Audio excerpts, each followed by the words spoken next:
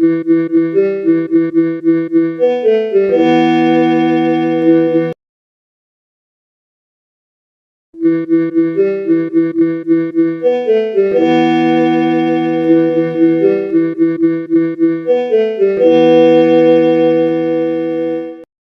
سونيك بسبب ثلوج التي نطره علي.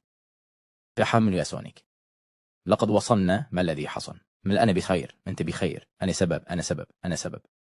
قال نبينا صلى الله عليه وسلم: إذا لم تستح فصنع ما شئت حذروفي عني أنقال في المستشفى.